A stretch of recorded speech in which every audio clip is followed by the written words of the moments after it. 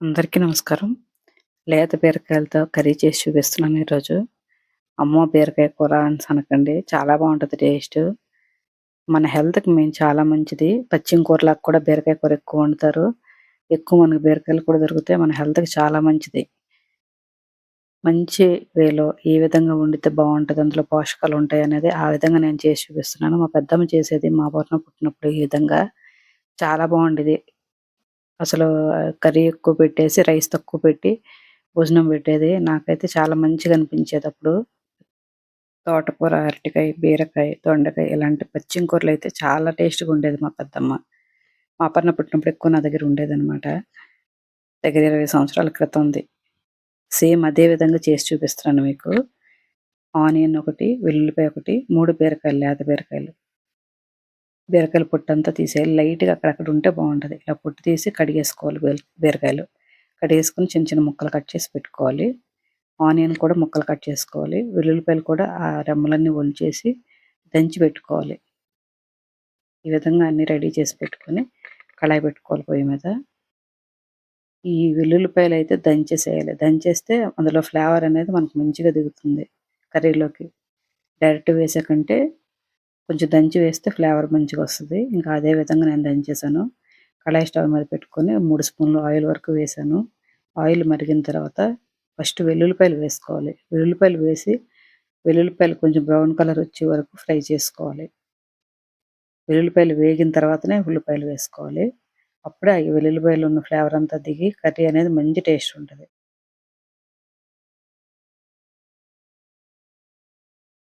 వెల్లుల్లిపాయలు మంచిగా వేగిన తర్వాత ఆనియన్స్ వేసుకోవాలి. ఆనియన్స్ కూడా బ్రౌన్ కలర్ వచ్చే వరకు ఫ్రై చేసుకోవాలి. అప్పుడే కర్రీ అనేది స్వీట్‌నెస్ లేకుండా బావుంటదనమాట. లేకపోతే స్వీట్ వచ్చేస్తది బాగా కూర. వెల్లుల్లిపాయలు కూడా బ్రౌన్ కలర్ వెల్లుల్లిపాయలు బ్రౌన్ కలర్ వచ్చిన తర్వాత ఉల్లిపాయలు వేయాలి. ఉల్లిపాయలు మంచిగా వేగుతాయన్నమాట. ఉల్లిపాయలు కూడా దగ్గర దగ్గర బ్రౌన్ కలర్ వచ్చేయాలి. ఆ విధంగా వేయించుకోవాలి. ఇగో చూసారా? ఈ విధంగా వేయించుకుంటేనే కర్రీ అనేది మనకు గుజ్జులాగా మంచిగా వస్తది. బీరకాయలు వేసేసామనుకోండి ఆనియన్స్ ఫ్రై అవ్వకుండా స్వీట్‌నెస్ వచ్చేస్తది కర్రీ. వేగిన తర్వాత ఈ విధంగా బీరకాయలు వేసేసి మూత పెట్టేసేయాలి.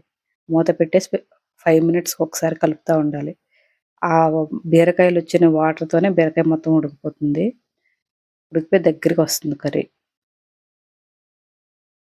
హాఫ్ అన్ అవర్ టైం పడుతుంది కర్రీ వండటానికి. చాలామంది బీరకాయ కర్రీ ఇలాగనే చేస్తారు. తెలియని వాళ్ళ కోసం తెలుస్తుందన్నట్టు చూపిస్తున్నాను. చాలా బావుంటది కూరైతే. చాలామంది పోపులు కూడా వేస్తారు. పోపులు వేయాల్సిన అవసరం లేదు బీరకాయ కూరలో. హాఫ్ ఫ్రై అయిన తర్వాత పసుపు వేశాను. పసుపు వేసి కొంచెం సేపు మూత పెట్టి ఫ్రై చేసుకోవాలి. మధ్యలో కలుపుతా ఉండాలంతే మూత పెట్టి. సిమ్‌లో పెట్టేసేయాలి మంట. కలుపుతా ఉంటే దగ్గరికొచ్చేస్తది. ఆ బీరకాయలొచ్చే వాటర్‌తోనే. సగం ఉడికిన తర్వాత సాల్ట్ వేసుకోవాలి. సాల్ట్‌లో కూడా కొన్ని వాటరొస్తాయన్నమాట. వాటరొచ్చి బీరకాయ, ఉల్లిపాయ, వెల్లుల్లిపాయలన్నీ మంచిగా మగ్గిపోతాయి.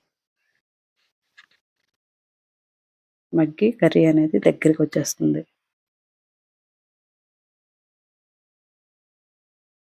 సాల్ట్ సరిపోయే విధంగా వేసుకోవాలి. వేసుకొని మూత పెట్టేస్తే దగ్గరికి ఉడికిపోతుంది. సాల్ట్ వేసిన తర్వాత ఇంకా దగ్గరికొస్తది కర్రీ. ఫైనల్‌గా కారం వేయాలన్నమాట. ఇందులో ఎలాంటి మసాలాలు వేయాల్సిన అవసరం లేదు. నువ్వుల పొడి వేసుకుంటే బావుంటది. పాలు పోసుకున్నా బావుంటది. కారం కూడా వేసిన తర్వాత ఫైనల్‌గా దించే ముందు పాలు పోసుకోవాలి. పోసుకోవాలనుకునేవాళ్ళు. లేదు ఇలాగైనా బావుంటదనుకునేవాళ్ళు ఇలా తినేయొచ్చు. సాల్ట్ వేసిన తర్వాత మరీ మెత్తగా అయిపోతుందనమాట ముక్క.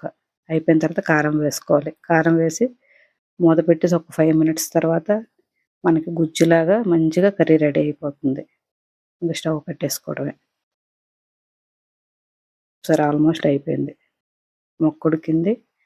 దగ్గరికొచ్చింది కర్రీ కూడా. పాలు పోసుకోవాలనుకునేవాళ్ళు చిన్న గ్లాస్ సగానికి ఈ టైంలోనే పాలు పోసుకొని దగ్గరికొచ్చాక స్టవ్ కట్టేసేయాలి. పాలు పోసిన ఒక్క 2 మినిట్స్‌కే మగ్గిపోతాయి. మగ్గిపోయి దగ్గరికొచ్చేస్తుంది కర్రీ. నువ్వుల పొడి కూడా వేసుకుంటే బావుంటది ఇందులోని. నేనైతే నువ్వుల పొడి వేయలేదు, పాలు వేయలేదు. ఈ విధంగా ఉంచేసాను. చాలా మంచిది మన హెల్త్‌కి. డైట్ చేసేవాళ్ళకైనా, పచ్చిమ కూర చేసేవాళ్ళకైనా, మామూలుగా ఇష్టంగా తినాలి, మంచిగా వండుకోవాలనుకున్న వాళ్ళకి కూడా చాలా మంచిగా నచ్చుతుంది. నేను చేసే విధంగా ఒకసారి ట్రై చేయండి. వేడి వేడి అన్నంలోకి కర్రీ ఎప్పుడైనా కర్రీ ఎక్కువ తినాలి. రైస్ తక్కువ తినాలి. కాకపోతే మనం రైస్ ఎక్కువ తింటాం. కర్రీ తక్కువ తింటాం.